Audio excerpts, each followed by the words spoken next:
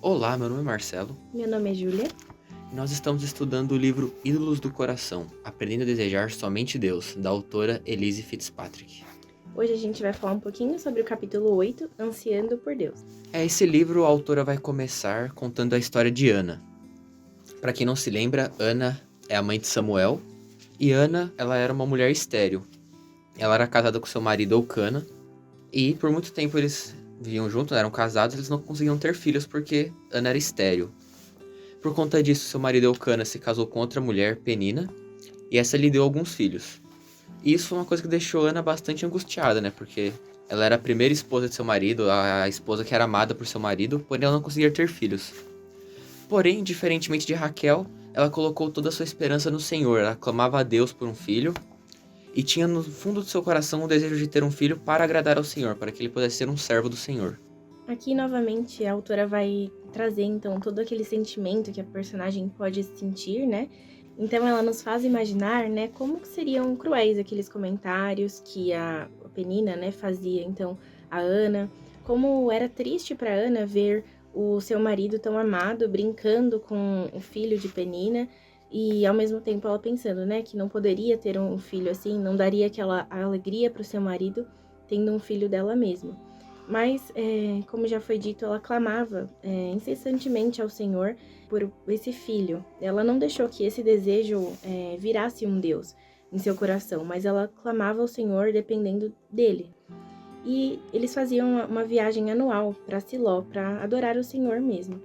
E quando eles foram, né, nesse ano, lá em 1 Samuel 1:10 descreve essa parte da história.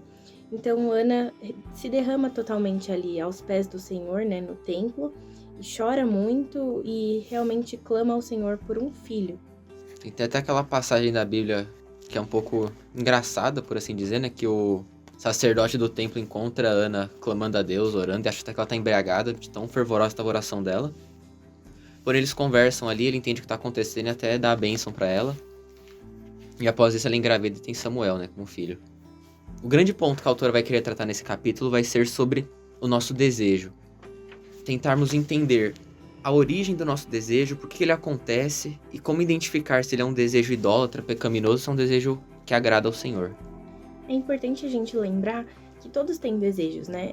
Todos nós temos desejos e precisamos, então, reconhecer, né? Fazer duas perguntas aqui a autora nos fala, né? Para identificarmos a raiz desse desejo. Então, qual é a fonte do nosso desejo e também se eles são idólatras ou eles têm realmente Deus como o centro. A própria autora traz aqui que na Bíblia é muito falado sobre desejo, que pode ser traduzido muitas vezes como concupiscência ou cobiça, e ela traz vários versículos. Tem alguns que ela traz aqui e escreve por extenso, que é Tiago 1,14, que diz assim: mas cada um é tentado quando atraído e engodado pela sua própria concupiscência. Tiago 4, 2 e 3, que diz: cobiçais e nada conseguis, invejais e não podeis obter, pedis e não recebereis, porque pedis de modo errado, só para gastardes em vosso prazer. Ela também traz aqui por escrito 1 João 2, 16 e 17, e além disso ela traz uma lista extensa, acho que com mais de 20 versículos aqui que também falam sobre o desejo. E aí, em suma, ela quer dizer que realmente que quando os nossos desejos são excessivamente valorizados, eles se tornam uma coisa pecaminosa. Algo que nem era pecado em si mesmo se torna pecado. Por exemplo, quando a gente volta, por exemplo, de Raquel e Ana, quando Raquel dá o nome ali ao seu filho, José, significa realmente que o Senhor acrescente mais. Enquanto Ana não, quando ela tem ali o seu desejo realizado em Samuel, ela dá o nome para ele, que significa realmente eu o pedi ao Senhor. Sim, é bem importante de entender que o desejo em si, ele não é pecaminoso. Então a gente pode até ter desejo de agradar a Deus. Inclusive a autora vai trabalhar mais pra frente desse capítulo sobre a essência dos nossos desejos. A gente vai ver que essencialmente era pro desejo ser uma coisa boa. Porém, quando a gente acaba dando um valor excessivo pra ele, a gente acaba caindo em pecado, porque a gente acaba colocando ele no lugar de Deus. A gente acaba transformando, né, a raiz do desejo em algo pecaminoso. O lugar onde a gente coloca o desejo em nosso coração, o lugar de importância, a gente transforma ele em algo pecaminoso. Sim, mas a própria autora também ressalta que alguns desejos eles são essencialmente maus, assim, eles não têm um bom motivo. Que ela até traz o exemplo aqui, que se uma pessoa casada deseja outra pessoa, isso é errado independentemente da situação, assim, não tem uma quantidade saudável desse desejo. Um ponto interessante que a autora traz também é que todos têm os desejos, anseios, todos nós temos, Deus nos criou assim. Mas somente nós cristãos, nós somos capazes de ter esses desejos santos, né? Que significam realmente que são voltados para a glória de Deus. Claro que não são todos os nossos desejos assim, mas só nós temos essa capacidade de transformar os nossos desejos. Sim, a autora não quer dizer que também quem não é crente só pensa em coisa ruim, só pensa em pecado e tudo mais. Mas mesmo quando o descrente faz algo que é bom, algo que Deus aprova, que Deus valoriza, os motivos por trás dessa ação são fúteis, são vazios, porque não tem Deus no final. E aqui, a autora, também a gente vai discutir um pouquinho sobre como Deus nos criou, né? Nos criou para sermos realmente, refletirmos a imagem e semelhança dele, né? Sermos parecidos com ele. Deus nos criou assim, quando criou Adão e Eva, como um reflexo do próprio Deus. Eles eram diferentes em alguns aspectos, mas tinham a essência do próprio Deus. Deus criou o ser humano com o objetivo de adorá-lo, servi-lo, mas também pelo simples fato de desejá-lo, de querer estar com Deus, de querer ter um relacionamento com ele. E é daí que surge a maioria dos nossos desejos. Deus colocou vários desejos em nós quando fomos criados, porém, após a entrada do pecado no mundo, esses desejos foram deturpados, que é o que a autora vai trabalhar aqui nesse capítulo, com muita ênfase. Em como Deus criou os desejos, e como esses desejos foram deturpados pelo pecado, e depois como Cristo restaurou esses desejos. Então, quando Deus cria Adão e Eva, realmente cria a humanidade para refletir a Deus. E a autora aqui, ela vai elencar alguns pontos onde nós podemos refletir ou desempenhar os papéis de Deus, mesmo sendo humanos aqui na Terra. Por exemplo, lá em Gênesis 1:26, reflete como que Adão e Eva deveria governar a criação. Deus nos deu esse desejo e a capacidade de governar a criação. Em Gênesis 1:28 também, assim como Deus, eles tinham a capacidade e o desejo de serem férteis ao se reproduzirem, gerando outros à sua imagem. Em Gênesis 1:14, 28, 2, enfim, vários pontos aí. Assim como Deus, eles amavam o trabalho, então eles tinham a capacidade ali de cultivar o jardim, cuidar dos animais. Em Gênesis 1:29 nos mostra que assim como seu Criador, eles buscavam sustentar a vida, usavam recursos da criação, comiam das plantas e das árvores e bebiam do rio que havia no jardim. Assim como Deus, também eles podiam apreciar e criar a beleza e a ordem da natureza. Isso está destacado em Gênesis 2:9. Em Gênesis 2:3 e 3:8, assim como Deus, eles descansavam do trabalho para ter um tempo de comunhão, caminhavam com o Senhor no final da tarde. Em Gênesis 2:18, falava um pouquinho sobre alcançar essa união que, assim como a Trindade, podia desempenhar. Em Gênesis 1:27, assim como a Trindade também, eles desfrutavam de um relacionamento e união uns com os outros, tornando-se um com eles de maneira semelhante, porém menos próxima. Gênesis 2:16 também vai destacar essa questão de ser um com o Criador, eles serem semelhantes, mas ao mesmo tempo diferentes, mas terem essa comunhão de amor e também alegria em seu serviço. E por último e mais importante, assim como Deus, eles tinham prazer em se regozijar nele e em refleti-lo para toda a criação, inclusive para os anjos em lhe dar satisfação. Então, a autora destaca que Adão e Eva, eles receberam realmente essa capacidade, esse desejo de ter uma vida feliz, totalmente plena ali naquele jardim. Deus, ele fez essa criação de forma que tudo se encaixasse perfeitamente no lugar devido que era para eles estarem e também que lhes davam prazer. Porém, o pecado entrou no mundo através da serpente, e quando o pecado veio, ele não trouxe apenas morte física, mas ele também trouxe a morte espiritual. Porque além de nos expulsar do jardim perfeito que Deus criou, ele também distorceu os nossos desejos e os nossos anseios. Antes dos desejos que Deus colocou em nós, que eram perfeitos, feitos para adorá-lo, acabaram sendo distorcidos, fazendo com que esses desejos se voltassem para nós, que a gente cada vez mais quisesse adorar a nós mesmos e não a Deus. Isso, o pecado acabou desfigurando a natureza, né, de Adão, de Eva e, consequentemente, de toda a humanidade, né? A desobediência, então, realmente deu lugar ao pecado, desconfigurou toda a nossa natureza e agora os nossos desejos, que antes eram bons, eram voltados para a glória de Deus, são voltados para nós mesmos. Inclusive, a autora vai fazer uma lista aqui agora de como cada um dos desejos acabou sendo deturpado. O primeiro deles é o desejo de governar. Deus deu o desejo de governar para que nós comandássemos a criação, fôssemos o líder do jardim, comandasse o jardim. Porém, depois do pecado, esse desejo de governar acabou se estendendo a nós, querendo governar uns aos outros, se sobrepujar uns aos outros, fazer hierarquias injustas, etc. O segundo desejo é sobre a união física. Então, ela fala que agora a humanidade, em vez de desejar usar a nossa sexualidade para a glória de Deus, para gerar filhos e é uma unidade também, nós idolatramos o sexo e aí acabamos nos curvando a prazeres e a realmente o poder ali, desconsiderando todo o relacionamento, o compromisso, a comunicação que vai acabar refletindo o próprio Deus. O trabalho para agradar a Deus também. Deus nos criou para trabalhar no jardim, para servir no jardim, porém para agradar a Deus, para a manutenção do próprio jardim, como forma de agradecimento a Deus e de glória a Deus. Porém agora, o trabalho se tornou uma fonte de prazer próprio, de obtenção de riqueza, e que muitas vezes acaba se tornando um ídolo na nossa vida também, porque a gente trabalha muito mais do que valoriza a Deus. O quarto aqui que ela pontua é realmente o consumo da criação.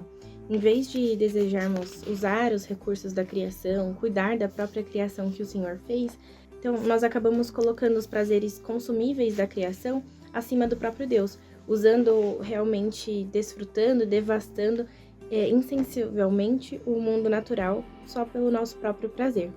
O desejo por beleza também. Deus criou um jardim que era lindo, que era belo, e fez com que o ser humano pudesse entender essa beleza e adorar ao Senhor por causa dela, e louvá-lo por causa dessa beleza. Porém, por causa do pecado, agora essa beleza se tornou um objeto de busca incessante, um ídolo no nosso coração, fazendo a gente cada vez mais se tornar apegados a roupas, casas, bens materiais e perder a essência da beleza que Deus criou para nós na natureza. O próximo ponto seria sobre o descanso. Então, Deus nos deu ali um tempo certo de descanso, mas em vez de usarmos esse tempo para comunhão, para realmente descansar, colocamos atividades ímpias durante esse tempo. Usamos o descanso como forma de egocentrismo mesmo. Um repouso gasto em tarefas inúteis, fúteis, indiferentes, gastando ali realmente nosso tempo em horas de televisão, lendo livros inúteis aqui a autora traz, ou realmente só gastando o tempo. Sim, o desejo por união também. Deus criou o homem e a mulher para que eles se unissem e tivessem comunhão entre si. E também com amigos, parentes e tudo mais. E essa era uma união que refletia também a união que Deus tinha como Trindade. Porém, isso acabou se deturpando e a gente acaba dando agora muito mais importância para os relacionamentos que a gente acaba esquecendo Deus por causa dos relacionamentos na Terra. O desejo por ter amigos também é um ponto que ela vai destacar, que em vez de desejarmos relacionamentos, comunhão e uma união com outras pessoas para glorificar a Deus, realmente nós queremos só ter amigos para nos sentirmos bem e em respeito a nós mesmos. Então, nós tememos aquela pessoa isolada ou sermos a pessoa isolada realmente, mas só queremos um grupo para nos encaixar. E por fim, o principal propósito do homem também acabou se perdendo quase que totalmente, que é o desejo de glorificar e agradar a Deus, de seguir as suas vontades. É um desejo que Deus colocou em nós que já foi praticamente totalmente assim desfigurado, quase totalmente esquecido, porque agora a gente só pensa em agradar a nós mesmos, em satisfazer as nossas vontades. Depois do pecado, agora deixamos Deus quase totalmente de lado, querendo apenas servir a nós mesmos.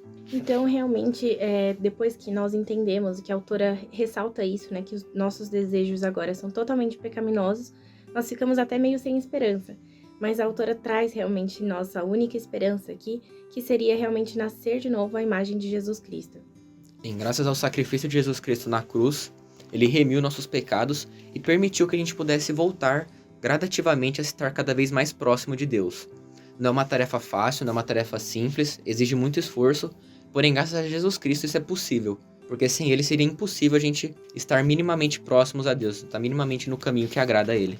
Agora a autora traz uma ilustração bem interessante, realmente fazendo alusão ao jardim, o primeiro jardim, mas em vez do anjo com uma espada flamejante, nós devemos olhar para o único que realmente teve uma espada flamejante cravada no seu lado, né? Que foi o perfeito homem, homem-deus, né? Jesus, que estava ali pendurado no madeiro, como se fosse uma árvore. Então precisamos comer e beber dessa árvore para conhecer realmente a verdade, capaz de restaurar a nossa mente, nossa afeição, nossas vontades, realmente nos entregando totalmente a Cristo. Inclusive, a autora também nos reafirma o ponto da importância de estarmos satisfeitos em Deus. Deus nos criou com desejos, o único objetivo de agradar a Ele, satisfazer a Ele. Quando a gente não faz isso, a gente acaba tendo uma vida vazia, sem propósito, sem motivo. E era o que estava acontecendo com todos nós por causa do pecado. Nós estávamos impossibilitados de adorar a Deus do fundo do nosso coração de verdade. E graças a Jesus Cristo que a gente conseguiu verdadeiramente voltar a ter uma comunhão com Ele. Ainda não está como tínhamos no Éden, na época de Adão e Eva, porém, nosso objetivo é estar cada vez mais próximo dessa comunhão inicial que tínhamos com Deus. E uma das coisas que a autora fala aqui para nos ajudar a identificar os nossos desejos são novamente 2 perguntas. Ela fala para então perguntarmos aos nossos desejos se ele cumpre o propósito de Deus, visivelmente em Cristo, e também, se for afirmativa a nossa resposta, se Jesus Cristo ocupa realmente o primeiro lugar no nosso desejo. Será que ele é o meu Deus nesse desejo ou eu transformei esse desejo no meu Deus? Novamente a autora vai trazer uma lista, só que dessa vez vai ser um resumo dos desejos iniciais de Adão versus os desejos perfeitos que Jesus restaurou em nós. O primeiro ponto que ela traz é que primeiramente Deus criou Adão com o objetivo de exercer domínio sobre a criação e desse modo proporcionar honra e respeito a Deus e alegria para si mesmo. Isso, como a gente viu antes, se perdeu no pecado, porém Jesus veio para nos mostrar que ele governa toda a criação e desse modo proporciona honra e respeito para seu Pai. Então, os desejos sem o pecado que Adão recebeu de Deus era realmente para tornar-se fisicamente uma só carne com sua esposa, a fim de intensificar a união, a alegria e gerar filhos também que viessem amar e adorar a Deus.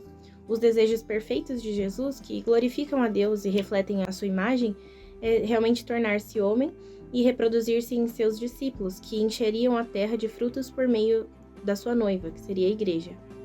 Adão recebeu o desejo de subjugar a natureza por meio do trabalho alegre realizado para o prazer em Deus. E Jesus veio para subjugar toda a natureza por meio de sua obra e cultivar um campo para o prazer de seu Pai. A humanidade deveria administrar com gratidão os recursos da criação, a fim de sustentar a própria vida e a vida de outros.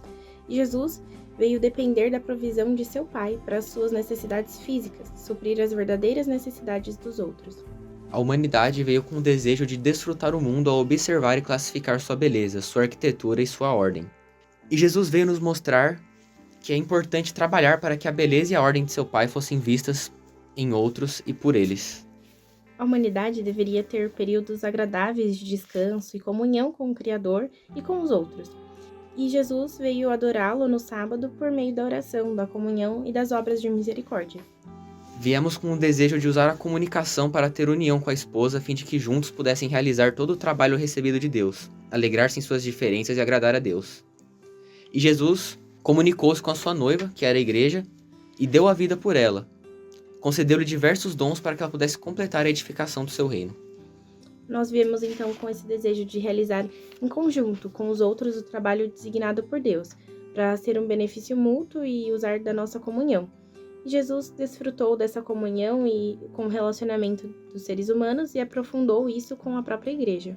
Viemos glorificar e desfrutar Deus em tudo, para o seu próprio bem e para o prazer de Deus. E Jesus nos mostrou como é que ser igual ao Pai em propósito e amor ao fazer-lhe sempre o que lhe agrada. Depois de tantos exemplos que a autora trouxe, nós então devemos realmente examinar cada desejo nosso, cada anseio, realmente à luz das Escrituras, da própria Palavra de Deus. E aqui no finalzinho do capítulo, novamente a autora retoma a história de Ana, que mostra como ela seguia esse espaço no seu coração, Porque o desejo dela primeiramente vinha para agradar o Senhor. Era um desejo natural que Deus já havia incutido na humanidade, porém não era por ela. Ela tinha esses desejos com o objetivo final de agradar a Deus, diferentemente de Raquel, que tinha aqueles desejos somente para agradar a si mesma e para se fazer maior do que sua irmã. E o desejo da Ana também a levou a uma profunda adoração, O que os nossos desejos têm levado? Qual adoração e para quem essa adoração os nossos desejos têm nos encaminhado? E por fim, gostaria de terminar aqui também igual a autora termina seu capítulo. Deus atenderá a sua súplica por salvação e livramento, como atendeu a súplica de Ana. Ao lutar com seus desejos, em oração, que Ele lhe conceda a graça de depositá-los todos os dias no altar do amor e do serviço a Ele. Então você terá a alegria de ver a obra dele em sua vida. Ele usará os desejos que Ele concedeu para avisar, acender e impelir sua adoração, seus relacionamentos e seu trabalho para a glória dele.